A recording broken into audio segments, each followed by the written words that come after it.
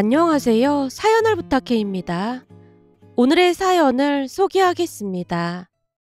어느 날 된장찌개를 끓이던 엄마가 저를 불렀습니다. 내 정신 좀 봐. 두부를 깜빡했네. 민영아, 마트 가서 두부 좀 하나 사와야겠다.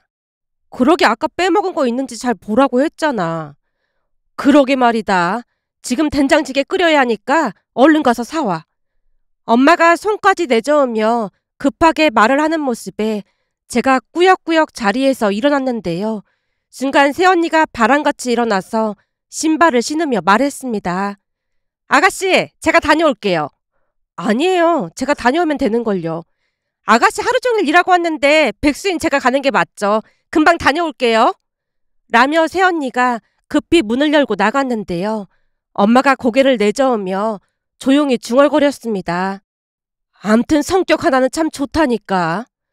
그러게 말만 좀 줄이면 금상첨화인데 그건 어렵겠지. 내가 보니 그건 절대 안 될 것 같으니까 꿍 깨져. 그러니까 우리 집 근처에 집 구한다고 했을 때 엄마가 말렸어야지. 몇 번이나 말했지. 근데 여기 아는 사람이 아무도 없어서 외롭다면서 근처로 구한다고 하는 걸 내가 어떻게 말리겠어. 그때 엄마가 딱 잘라서 안 된다고 집에서 멀리 떨어진 곳에 구하라고 했어야지. 아님 집에 오는 날을 정해주던지. 허구한 날 찾아와서 아빠랑 나는 진짜 불편하단 말이야. 이제는 가족인데 잘 지내도록 노력해야지. 자꾸 불편하다고만 하면 어떡해. 나만 그런 것도 아니잖아. 아빠도 엄청 불편하다고 하잖아. 진짜 입을 잠시도 가만두지 않는다니까. 라며 제가 불만을 제기했지만 엄마는 못 들은 척 요리를 하고 있었어요.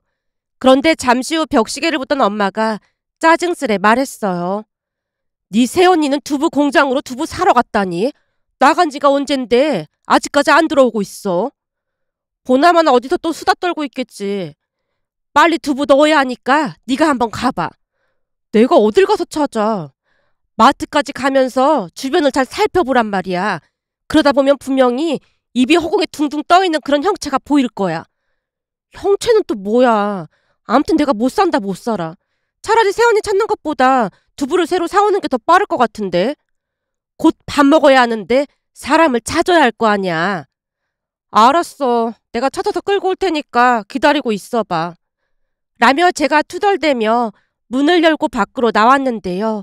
두부를 사러 간 지 20분이 넘었지만 새언니가 강간무소식이었으니까요. 그렇게 저는 새언니를 찾기 위해 눈을 부릅뜬 채 주위를 두리번거렸습니다. 우선은 경비실에 앉아 계신 경비 아저씨에게 휴대폰에 있는 사진을 보여드리며 물었어요. 아저씨, 안녕하세요. 혹시 이렇게 생긴 사람 아시죠? 오, 알고 말고. 우리 아파트에서 이 세댁 모르는 사람 없을걸?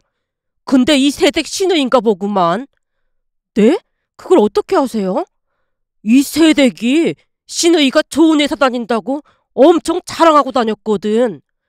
제 자랑을요? 그럼 엄청 똑똑하고 예쁘다고 얼마나 자랑을 하고 다녔는지 몰라. 근데 세댁 말대로 진짜 똑똑해 보이긴 하네. 아, 네, 감사합니다. 근데 저기 죄송한데 혹시 언제쯤 봤을까요? 조금 아까 저쪽으로 가던데 마트에 두부 사러 간다고 하는 것 같더라고. 라며 경비 아저씨가 손가락으로 가리켰고 그쪽으로 발걸음을 재촉했는데요. 잠시 우리 새언니 소개를 하자면 우리 새언니는 말이 많아도 너무나 많은 게 장점이라면 장점이었고 단점이라면 단점이었어요. 오빠와 새언니는 지방에서 만났습니다. 그러니까 본사에 있던 오빠가 지방으로 발령이 나면서 2년 정도 지방에 있었는데 내려가 있던 중에 새언니를 만나서 결혼을 했습니다. 그 뒤 오빠는 다시 본사로 발령이 나서 서울로 올라와야 했기에 상의 끝에 새언니가 회사를 그만두고 같이 올라오기로 했는데요. 오빠가 출근을 해야 해서 집을 구하기 전까지 본가에서 지내고 있었어요. 그러던 어느 날은 엄마가 새언니에게 물었습니다.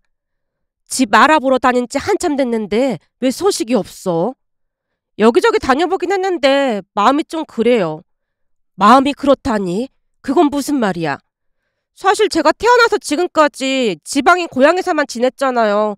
그러다 보니 서울에는 친구도 없고 가족도 없어서 너무 외로울 것 같아서요. 새언니가 슬픈 표정으로 고개를 떨구는 모습에 안쓰러운 마음이 들었던지 엄마가 급히 입을 열었습니다. 아무도 없는 타지에 있는 거나 마찬가지인데 그렇긴 하겠다. 거기다 선우 따라 올라오느라 회사까지 그만뒀으니 더 그렇겠지. 회사 그만두는 건 제가 결정한 건데요, 뭐. 그래도 그 출판사에서 꽤 오래 일했다며. 그러긴 했죠. 정이 꽤 들었거든요. 그래서 말인데 저희 그냥 여기서 계속 같이 살면 안 될까요? 뭐? 여기에 들어와서? 그 말은 학가를 하겠다 그 말인 거니? 네, 저긴 혼자 있으려니까 말할 사람도 없어서 심심할 것 같아서요. 새언니가 시무룩한 말투로 말했는데요. 순간 부모님 낯빛이 어두워져 있었습니다. 옆에서 같이 듣고 있던 저 또한 경악을 금치 못했고요. 부모님이 어리둥절한 채 어쩔 줄을 몰라 하는 모습에 제가 급히 대화에 끼어들었습니다. 저기 언니, 그건 좀 아닌 것 같아요. 왜요? 아가씨는 제가 싫은 거예요? 아니요, 그런 건 아닌데 이 고부간이라는 게 많이 복잡한 거잖아요. 제 주변에 보니까 학과했다가 사이 안 좋아지는 경우가 허다하더라고요. 그러니까 제 생각에는 그냥 분가해서 살면서 가끔 얼굴 보는 게 좋을 것 같아요. 그래, 우리 딸 말이 맞는 것 같네. 부모 자식 간에도 허구한 날 지지고 볶고 난리도 아닌데 나도 그건 좀 아닌 것 같구나. 내가 이런 말하기 좀 그런데 난 고상한 시어머니로 남고 싶거든. 그러니까 우리 서로 적당한 거리를 유지하면서 살자꾸나. 엄마가 말을 하면서 새언니 눈치를 흘끔흘끔 보고 있었습니다. 그 모습에 새언니가 결심을 한 듯 다시 입을 뗐어요. 어머님 말씀 들어보니까 그게 맞는 것 같아요. 그지. 고부간일수록 사생활을 더욱 존중해줘야 하는 게 맞는 거거든. 그제서야 안심이 된 듯 엄마가 힘주어 말을 하자 마음이 바뀐 모양으로 새언니가 다시 말했습니다. 그럼 저희 이 근처에 직구하는 건 괜찮죠? 아는 사람이 하나도 없는 곳이라 아무래도 시댁 가족들이라도 옆에 있다는 생각을 해야 안심이 될 것 같아서요. 어? 그럼 그러던지. 엄마가 억지 대답을 하는 모습에 새언니가 신이 나서 다시 말을 이어갔습니다. 그래서 말인데 이 옆에 아파트 보니까 20평대 전세 나온 거 있더라고요. 거기로 알아보면 되겠네요. 그래? 그건 니들이 알아서 하고.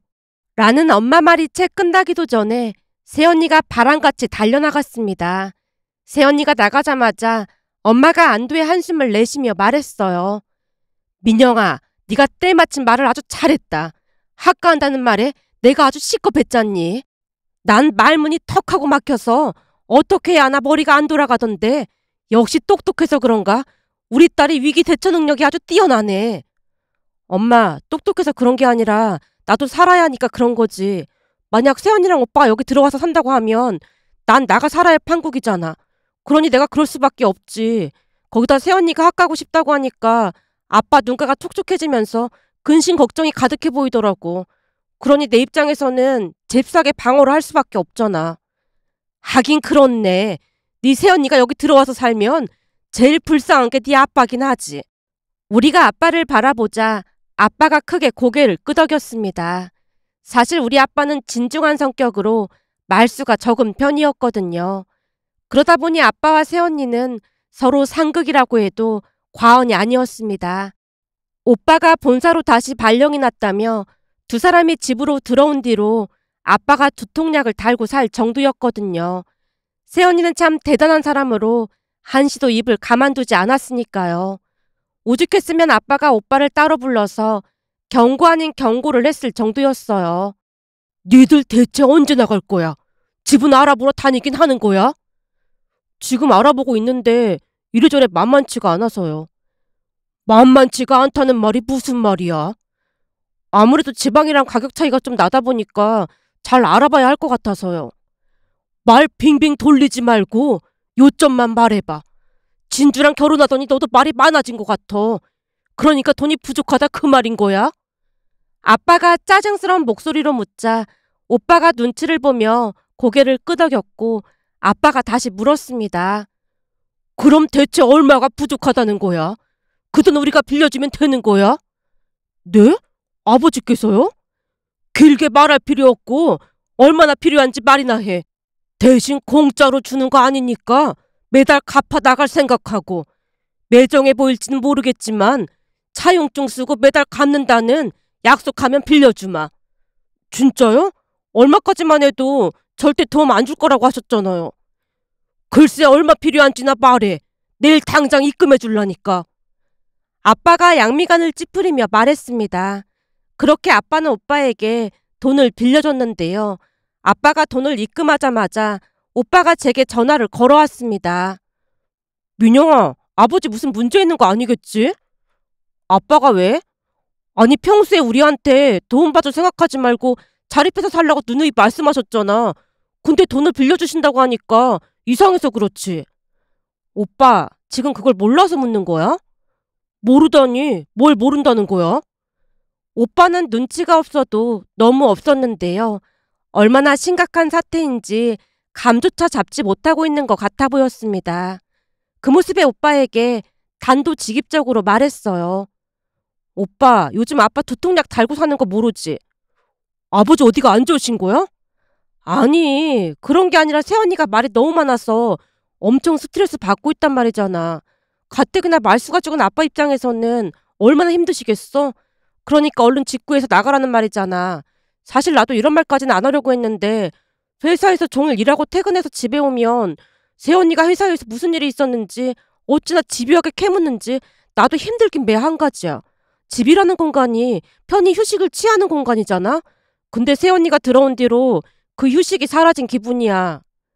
제가 처음으로 하소연을 했지만 이해가 되지 않는다는 듯 오빠가 대답했습니다. 그럼 그냥 방에 들어가면 되잖아. 방에 들어가도 새언니가 따라 들어와서 묻는 걸 어떡해. 거기다 거실에서 어찌나 큰 소리를 떠드는지 방에 들어가도 다 들린단 말이야. 오죽했으면 아빠가 기마개까지 사서 쓰고 계시겠어. 정말이야? 난 그 정도인 줄은 진짜 몰랐어. 암튼 아빠가 돈 빌려주신다고 하니까 최대한 빨리 직구해서 나갈 생각해. 그게 가족들의 염원이니까 명심하란 말이야. 라며 제가 신신당부를 하고 전화를 끊었는데요. 그런 간절한 부탁에도 불구하고 새언니 입에서 학가라는 말이 새어나오자 가족들 모두가 기함을 할 수밖에요. 그렇게 얼마 뒤 가족들의 간절한 염원이 이루어졌다고 해야 할까요? 오빠와 새언니가 집을 구해서 나갔습니다. 최대한 멀리 집을 구하길 바랐지만 걸어서 10분 거리의 집을 구하는 바람에 많은 실망을 하기도 했지만 그래도 분가를 했다는 데에 그저 감사한 마음뿐이었습니다. 그렇게 우리 집은 다시 평화가 찾아왔고 아빠도 더 이상 기마개를 하지 않았어요. 하지만 오빠네 집과 거리가 워낙 가까웠기에 새언니가 자주 드나들었는데요. 그것도 스트레스였던지라 나중에는 집에 오는 날짜를 정해주기까지 했습니다. 어느 날은 새언니가 하소연을 하기도 했는데요. 일자리를 구해보려고 해도 만만치가 않더라고요. 요즘 일자리 구하기가 힘들긴 하지. 시간 많으니까 천천히 알아보렴. 엄마가 눈치를 보며 위로했고 그 뒤에도 새언니는 일자리를 알아보는 듯 했습니다. 하지만 작은 출판사에서 일했던 경력이 큰 도움이 되지는 못한 모양으로 어느 주말 새언니가 다시 말을 꺼냈습니다. 이럴 줄 알았으면 저도 이과를 선택했어야 했나 봐요. 책 읽는 거 좋아해서 딱 문과 체질이라 문과를 선택했던 건데 취업이 보통 힘든 게 아니네요. 저기, 그래서 내가 곰곰이 생각을 좀 해봤는데 네가 문과였잖니? 그러게요. 제가 왜 문과를 선택했을까요? 아가씨처럼 공대를 갔으면 훨씬 나았을 텐데요. 그렇다고 해서 최악도 아닌 것 같은데. 네?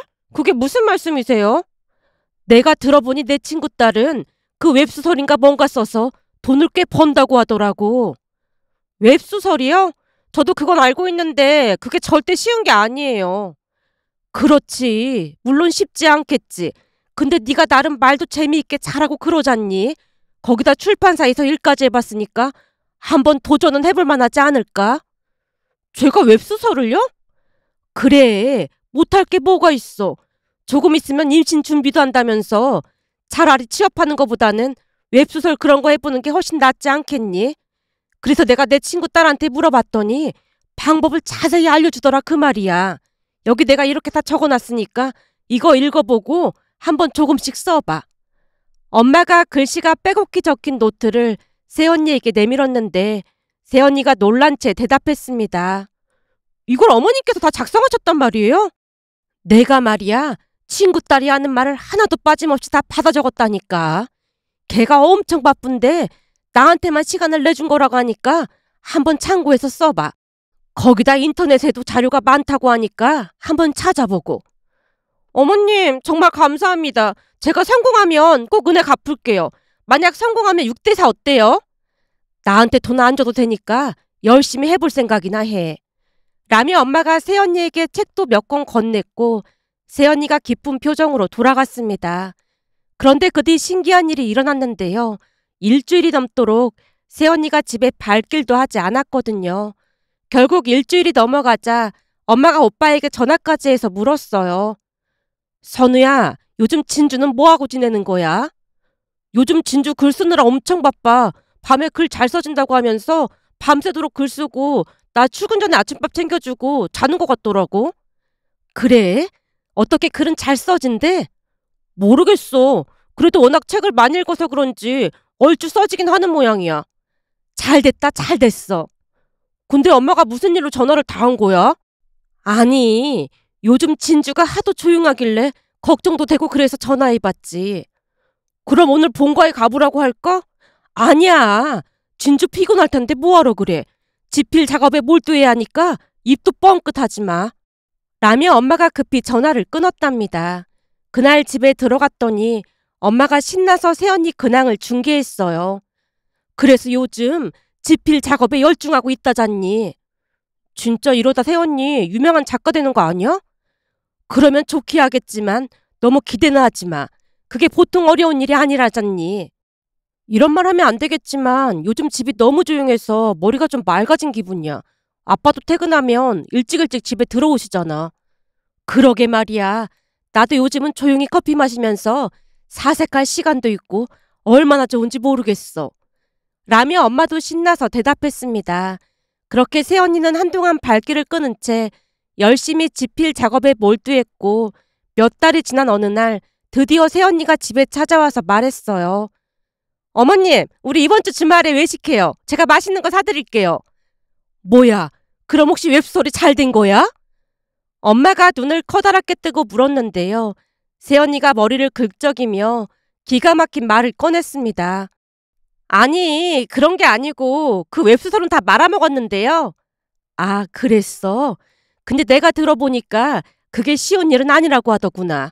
그러니 너무 실망하지 말고 재도전해보면 되지 않겠니? 근데 갑자기 외식 얘기는 왜 꺼낸 거야? 그게 웹소설은 잘 안 됐는데 돈이 좀 생기긴 했어요.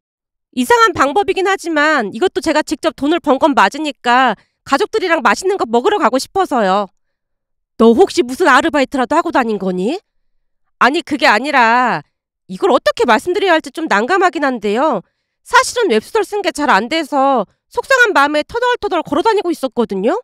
근데 아주 기가 막힌 일이 일어났지 뭐예요? 대체 무슨 일이 일어났는데 그래?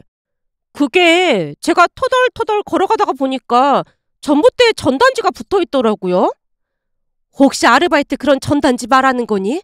너 그런 거 함부로 하면 큰일 난다. 잘 알아보고 해야 하는 거야. 혹시 무슨 이상한 일 하거나 그런 건 아닌 거지? 그런 건 아니고 그러니까 그 전단지가 잃어버린 강아지를 찾는다는 그런 전단지였거든요. 잃어버린 강아지를 찾는 전단지? 그게 무슨 돈이 된다고 그래? 그러니까 그 잃어버렸다던 강아지가 그 전봇대에 기대서 헤갰거리고 있더라고요. 뭐? 그 전단지 강아지가 확실해? 좀 지저분하고 앙상해진 거 빼놓고는 확실한 것 같아서 전단지에 있는 전화번호로 전화를 했죠. 제가 강아지를 찾았다고요. 그랬더니 전화를 받은 사람이 대성통곡을 하더니 곧바로 오겠다고 하더라고요. 아휴, 요즘은 반려견이 가족이랑 똑같다고 하던데 얼마나 마음을 졸였으면 그랬을까. 맞아요. 막 통곡을 하더니 잠시 후에 그 주인이 왔는데 강아지를 보고 다시 통곡을 하길래 제가 그만 가보겠다고 했거든요. 그랬더니 그 사람이 저를 불러 세우더니 봉투를 하나 주더라고요. 봉투? 무슨 봉투? 저도 놀래서 이게 뭐냐고 했더니 사례금이라고 하더라고요. 그래서 전봇대에 붙어있는 전단지를 자세히 보니까 찾아주면 사례금 50만 원이라고 써있더라고요. 근데 며칠 동안 못 찾았다가 찾아서 너무 고맙다고 100만 원을 준비했대요. 뭐? 100만 원? 찾은 것만으로 내가 다 감사한데 무슨 그런 큰 돈을 주고 그런다니? 엄마가 안타까운 표정으로 어쩔 줄을 몰라 하고 있었는데요. 새언니가 다시 대답했습니다. 그렇잖아도 저도 그렇게 말했는데 막 울면서 제 손에 쥐어주시더라고요. 그분이 참 애지중지 키우고 있는 강아지라고 하던데 어찌나 봉투를 손에 쥐어주시던지 어쩔 수 없이 받아왔어요. 그럼 어쩔 수 없긴 했겠네. 아무튼 웹소설은 다 말아먹고 말도 안 되게 돈을 벌긴 했어요. 새언니가 허탈한 표정으로 미소 짓고 있자 엄마가 새언니를 달랬습니다. 내 친구 딸도 몇 번 준비하고 됐다잖니. 그러니까 너무 조바심 내지 말고 다시 도전해봐. 알겠어요. 어찌됐든 웹소설 덕분에 이 돈을 벌게 된 거나 마찬가지니까 우리 주말에 다 같이 맛있는 거 먹으러 가요. 라며 새언니가 신나서 돌아갔습니다. 그 뒤에는 다들 아시겠지만 새언니가 다시 우리 집을 들락날락 했습니다. 그렇게 명절이 다가왔고 엄마가 새언니와 오빠를 앉혀놓고 조용히 말했어요. 우린 딱히 차례도 안 지내니까 명절 전날 친정에 먼저 가도록 해. 네? 친정에요? 그래. 귀한 딸을 타지로 보내셨으니 사돈 양반 두 분이 얼마나 적적하시겠어. 그러니까 이번 명절은 친정에 먼저 가도록 해. 연휴 내내 친정에서 지내면서 부모님 맛있는 것도 사드리고 친구들도 만나고 그러고 오면 좋지 않니? 어머님 정말 감사해요. 고맙긴 뭐가 고마워. 내가 더 아니 가족인데 서로서로 아끼면서 살아야지. 라며 엄마가 아련한 목소리로 말을 했는데요. 엄마의 꿍꿍이가 한눈에 보였다고 해야 할까요? 잠시 후 두 사람이 집에 돌아가자마자 제가 물었습니다. 엄마 연기가 아주 수준급이네. 내가 뭘 어쨌다고 그래? 마치 최고의 시어머니인 척하면서 새언니를 친정으로 보낸 거잖아. 내 마음은 진심이었어. 그러니까 그 얘기는 그만하자. 라며 엄마가 방으로 들어갔습니다.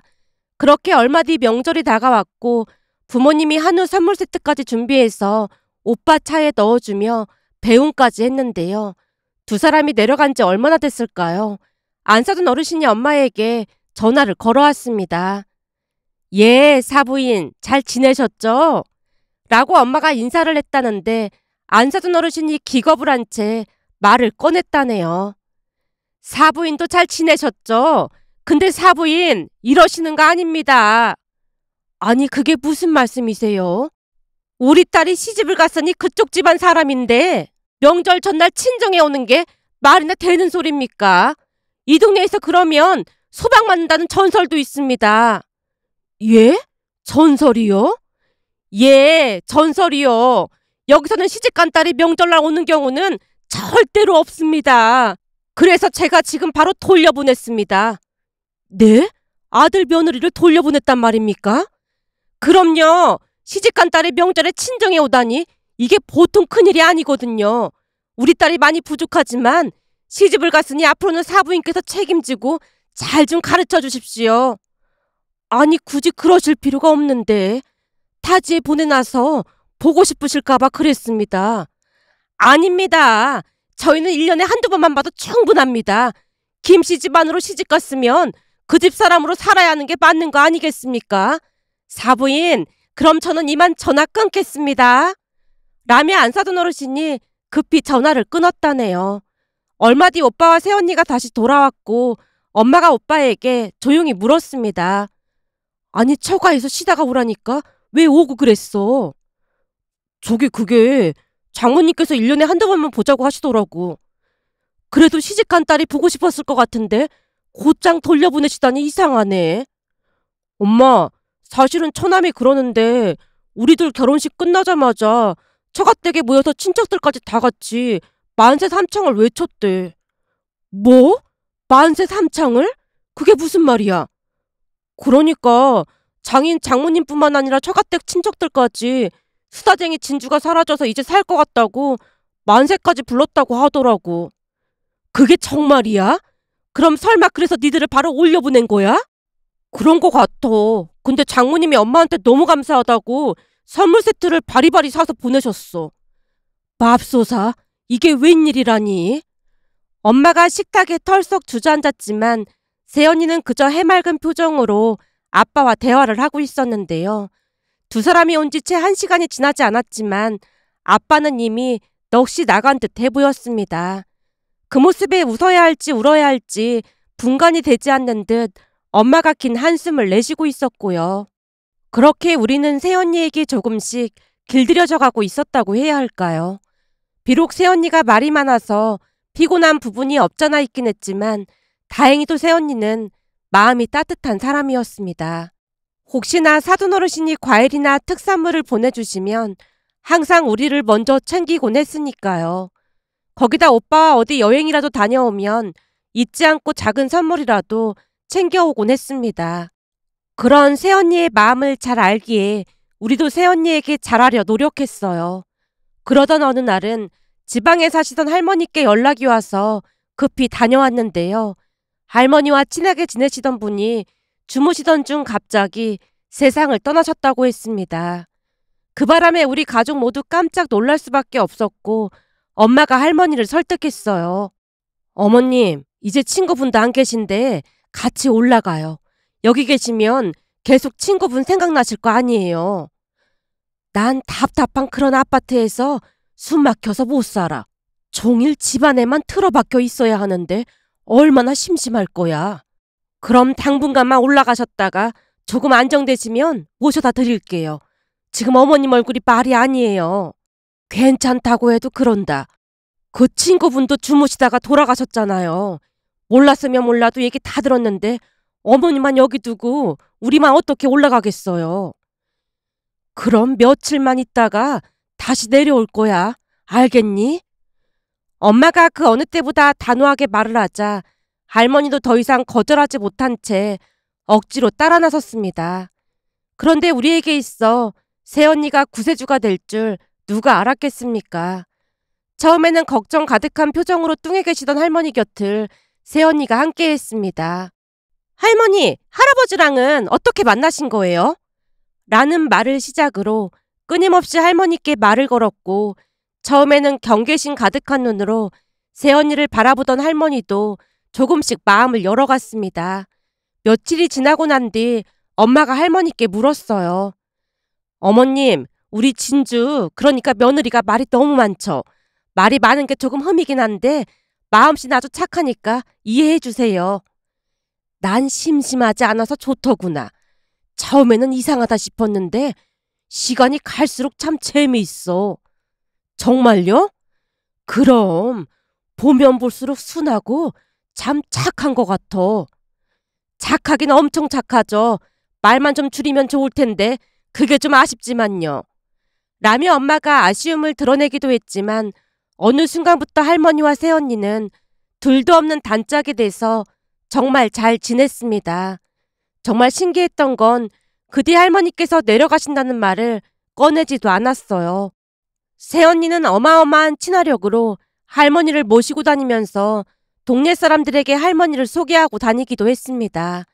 하루 종일 할머니 방에서 웃음소리가 끊이질 않았어요. 새언니가 내내 할머니와 시간을 보내느라 우리도 약간은 편해졌다고 해야 할까요? 어느 날은 엄마가 웃음을 참으며 말했습니다. 네 새언니한테 이런 재능이 있을 줄 누가 알았겠니? 할머니가 내려간다는 소리를 아예 하질 않는다니까. 나도 신기하긴 하더라고. 근데 둘이서 뭘 하는데 웃음소리가 끊이질 않는 거야?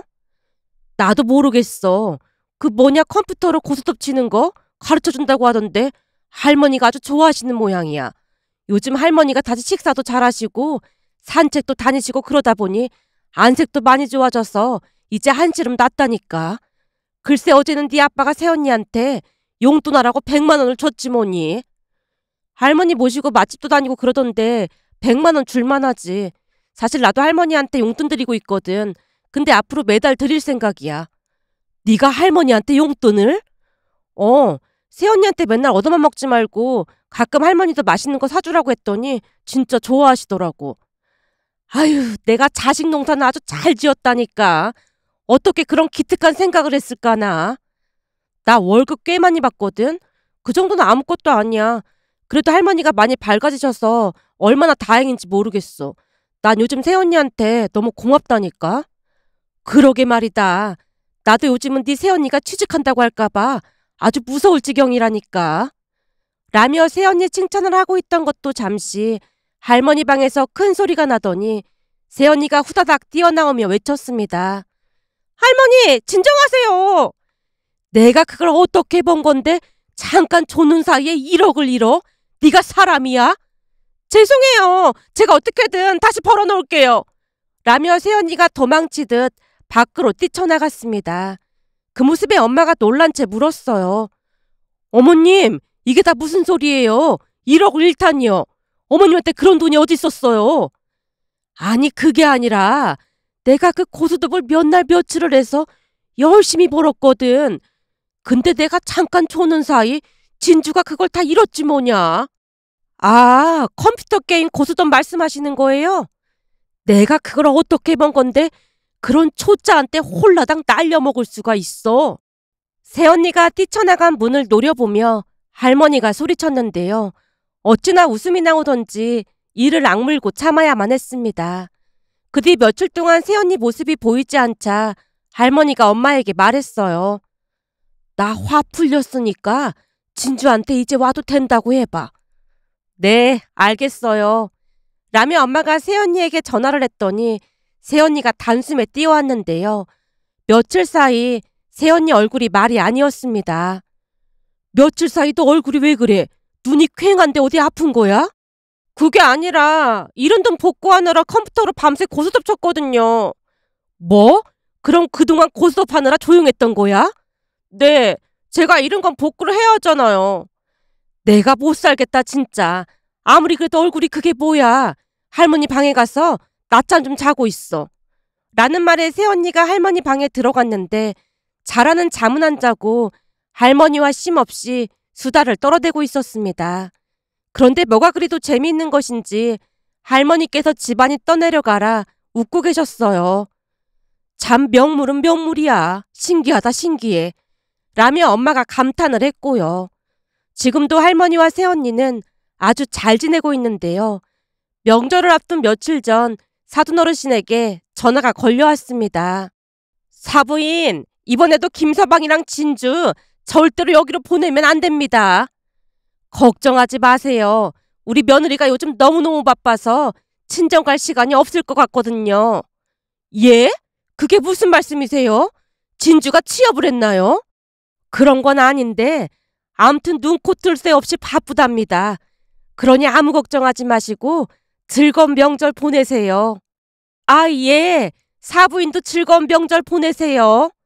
라며 안사돈 어르신이 어리둥절한 목소리로 전화를 끊었답니다. 그 모습에 웃음이 새어나왔는데요. 이 자리를 빌려 새언니에게 감사한 마음을 전하고 싶어 행복한 마음에 이렇게 글 남겨봅니다. 오늘의 사연은 여기까지였습니다. 즐겁게 보셨다면 구독, 좋아요 부탁드립니다. 고맙습니다.